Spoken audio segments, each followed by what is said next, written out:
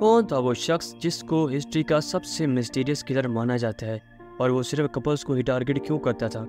Titanic जहाज कैसे डूबा, और कुछ सीक्रेट्स जो आप बिल्कुल भी नहीं जानते।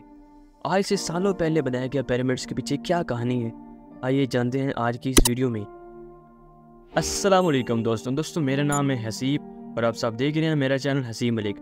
दोस्तों, आज हम बात करने वाले हैं दुनिया की सबसे 3 बड़ी मिस्ट्रीज के बारे में, तो वीडियो को आखिर तक जरूर देखिएगा। 1912 अप्रैल को एक पुरस्कून चांदनी रात में RMS टाइटैनिक अजीम शान ना डूबने वाला जहाज साउथहैम्पटन से न्यूयॉर्क तक अपने पहले सफ़र पर था। इस जहाज में दुनिया के अमीर-तरीन मुसाफिर और सैकड़ों उम्मीदवार तारकीन वतन सवार थे।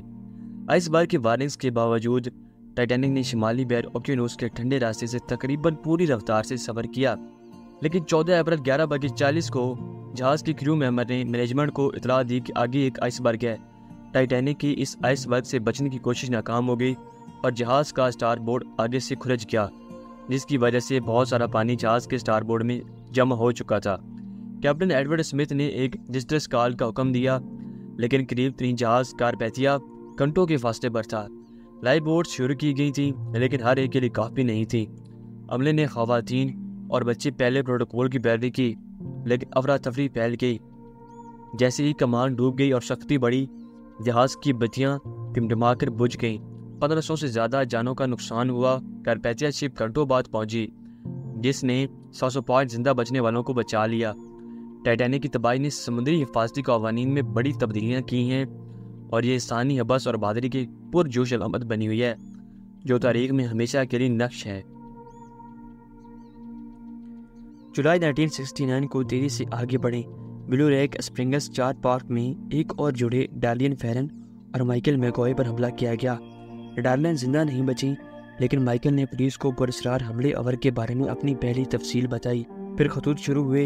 1 अगस्त 1969 को सान फ्रांसिस्को क्रोनिकल को दीगर अफराद के साथ किसी ऐसे शख्स के खत मौसूल हुए जो खुद को ज़ोर्डिक कहता था।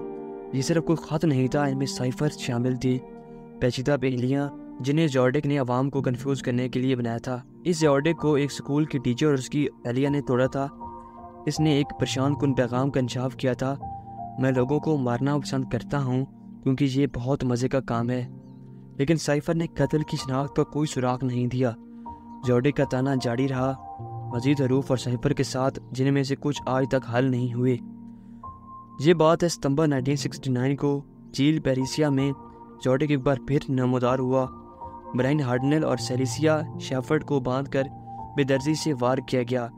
ब्रायन एक नकाबपोश आदमी की कहानी सुनाने के लिए जिंदा बच गया, जिसने ठंडक की अलामत एक क्रास हेयर के साथ हुड पहना हुआ था। ये ज़ोर्डिक का दस्तखती निशान बन गया, जो दहशत की अलामत है।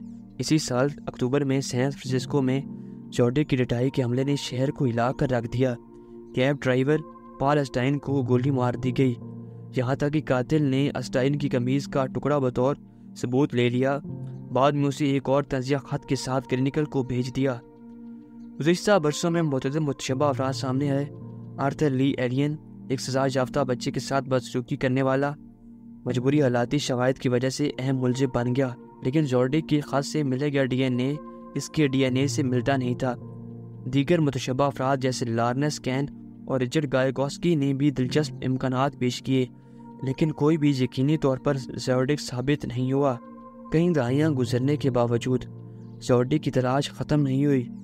2020 में एक बैनुल-अक़वामी टीम ने आखिरकार साइफर को क्रैक किया, ताहम डी कोड शुदा पैगाम ने इसके बारे में कोई और इशारा नहीं दिया था। तकनीकी तरक्की और अनगिनत घंटों की ताकीद के बावजूद ज़ोर्डिक की असल शनाख्त एक मुअम्मा बनी हुई है। ज़ोर्डिक का दहशतगर्दी का राज ख़त्म हो गया, लेकिन उसका साया शिमाली कैलिफोर्निया पर अब भी पड़ा है। क्या जदीद फ्रांसिक और इंसाफ की अंतक जस्तजू आखिरकार इसे बेनकाब कर सकती है, या वो तरीक की धुन में हमेशा के लिए भूत ही रहेगा? अब बात करते हैं पिरामिड्स ऑफ गीज़ा के बारे में। हमारी कहानी 4500 साल कबल मिस्र की पुरानी बादशाही के चौथे ख़ानदान के दौरान शुरू होती है। गीज़ा का अजीम पिरामिड, जिसे पिरामिड ऑफ खुफू भी कहा जाता है, ये बाकी अजीम पिरामिड में से सबसे बड़ा है, सबसे ऊंचा इंसानी सख्ता है। लेकिन कदीम मिस्रों ने अपने ग़िज़ाई औज़ारों के साथ इतनी बड़ी और दुरुस्त यादगार कैसे तामीर की, ये आज तक नहीं मालूम। अस्कालर ने पिरामिड की तमीर की तकनीक पर तवील बहस की है, कुछ तजवीज़ कहते हैं कि चूने के पत्थर की बड़े ब्लॉक्स, जिनमें से हर एक का वजन कई टन था, को इस जगह ले जाने के लिए सीधा या सीरियल रैंप सिस्टम इस्तेमाल किया गया था। दूसरों मज़ीद गैर मुल्की नज़रियात तजवीज़ करते हैं, जैसे पत्थरों को तैरने के लिए पानी का इस्तेमाल, या जहाँ तक कि अजनबी मुदाखलत बेशुमार मुतालियात और तजुर्बात के बावजूद सही तरीके एक मामा बनी हुई है। लेकिन साजिशी तामीर के साथ ख़त्म नहीं होती। पिरामिड्स का अंदरूनी डिज़ाइन भी इतना ही दिलकश है। अजीम पिरामिड के अंदर हमें गुज़रगाहों और चैम्बर्स का एक पेचीदा नेटवर्क मिलता है। सबसे काबिल ज़िक्र chamber kings chamber, queens chamber और पुरस्कार ग्रैंड गैलरी शामिल है, जिसे दुरुस्तगी के साथ ये तामीर किया गया है। बुनियादी नकात और समानी अरसान के साथ बिल्कुल सीधे में आते हुए हैं। कदीम मिस्रियों की फल्कियात और इंजीनियरिंग के इल्म पर सवालात उठाए जाते हैं। इन पिरामिड्स के अंदर माहिरीन आसार कदीमा ने नवारदात, हेरोगेलिस और जहाँ तक कि ऐसी किश्तियाँ भी दरियाफ्त की हैं जिनका मकसद फ़िरौन के बाद की ज़िंदगी में सफ़र करना था। फिर भी अजीम पिरामिड में नौशा अजात की कमी है। ऐसे अजीम व शान मकबरे में दीगर शाही मकबरों में नज़र आने वाली मज़ीद सजावट की कमी क्यों हो गई है? तजवीज़ करते हैं कि ये सिर्फ एक कब्र है, इसलिए इसमें बहुत सजावट की कमी है। पिरामिड्स की हिफाजत के लिए एक पुरअसरार स्फिंक्स है। एक चूने का पत्थर का मुजस्समा है जिसमें नीचे शेर का धड़ है और ऊपर एक फ़िरौन का सर है, जिसे खुफरी समझा जाता है। स्फिंक्स खुद भी इसरार में घिरा हुआ है। इसकी तामीर की तारीख और मकसद के बारे में नज़रियात बड़े पैमाने पर हैं। कुछ लोग क़यास करते हैं कि स्फिंक्स पिरामिड से पहले का हो सकता है, जो इससे भी ज़्यादा पुरानी और खोई हुई तहजीब की याद दहानी करता है। गीज़ा के पिरामिड्स हमें मशहूर और पुरअसरार बना रही हैं, जो इंसानी जहानत और कदीम दुनिया के राजों के सबूत के तौर पर खड़े हैं।